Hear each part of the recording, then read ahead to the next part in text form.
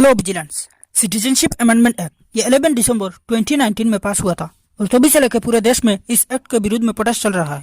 तो क्या है ये एक्ट, क्या ये राइट है या रॉन्ग? चलिए आज के वीडियो में रेशनली एग्जामिन करते हैं। So let's start the video.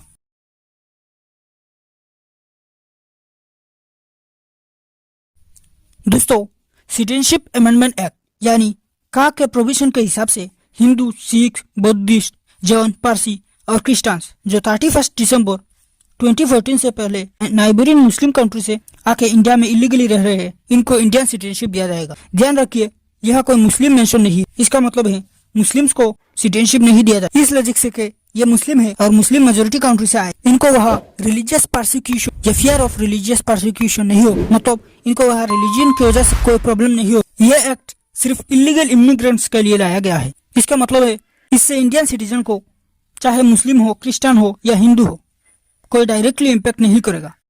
अब मैं डायरेक्टली क्यों कह रहा हूँ ये आगे वीडियो में बताऊंगा। चलिए अब क्रिटिकली इवैल्यूएट करते हैं।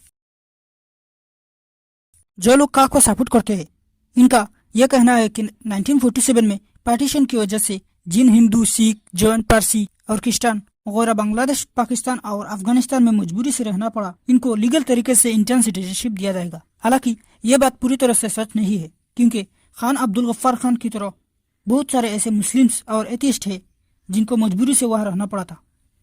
इनको भी इस एक्ट के अंदर इंक्लूड करना चाहिए था, क्योंकि एक्चुअली में पार्टीशन सिर्फ हिंदू और मुस्लिम्स के बेसिस पर नहीं हुआ। पाकिस्तान को कुछ मुसलमानों के लिए अलग कंट्री दिया गया, लेकिन भारत को एक लिबरल सेकुलर बनाया गया, जहां हर citizens including Hindus, Muslims, Christians और एथियस्ट को भी इक्वल राइट्स एंड फ्रीडम दिया गया है।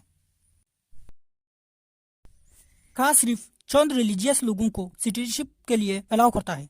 इसमें मुस्लिम, एथियस्ट और भी माइनॉरिटी रिलीजन जो पॉपुलर नहीं है, इनको अलाउ नहीं करता है। हालांकि ये बात भी सच है कि मुस्लिम को भी रिलीजियस प्रॉब्लम फेस करना पड़ता है।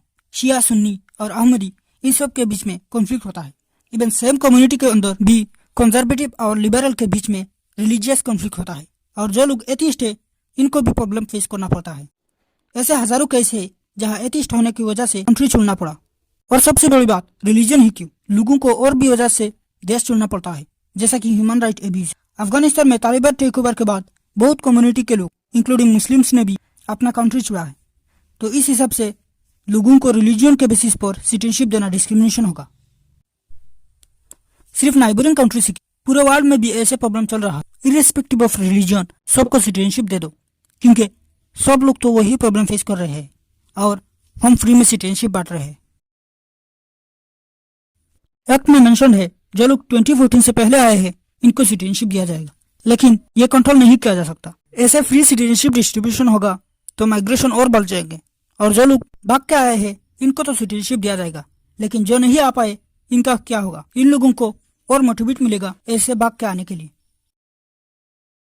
एक पॉलिसी का इफेक्टिवनेस मेजर किया जा सकता है इसके फायदे और नुकसान को एवेलुएट करके।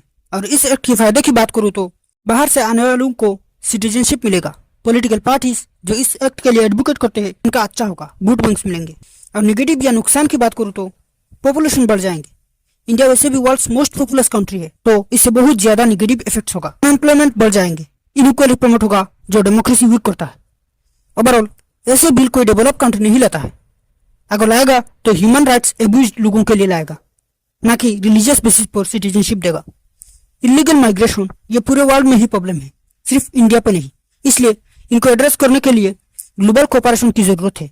सिर्फ एक कंट्री सबको सिटीजनशिप नहीं दे पाएगा, स्पेशली जिस कंट्री का पॉपुलेशन ज्यादा हो, इकोनॉमिक क्राइसिस चल रहा हो और अनएम्प्लॉयमेंट से बड़ी पॉपुलेशन हो, तो बिल्कुल भी नहीं ऐसी लॉ लाना चाहिए। जो लोग ऐसे बिल को सपोर्ट करते हैं, अगर इनके पास वैलिड रीजन हो तो बहुत अच्छी बात है, क्योंकि पॉजिटिव और नेगेटिव दोनों को एग्जामिन करने से ज्यादा इफेक्टिव सोल्यूशन निकलता है। लेकिन अगर कोई किसी भी बिल को सपोर्ट करता है without any reason just to create disturbance, तो ये लोग सिर्फ पॉपुलेशन गिरने में और बढ़ाने में काम आते हैं। आज के वीडियो यहाँ खत्म करते हैं। आई होप आपको रेशनल एवैल्यूएशन अच्छा लगा है, भले ही आप का को सपोर्ट करते हो या नहीं। प्लीज चैनल को like, comment, share and subscribe कर देना। Thank you. जय हिंद।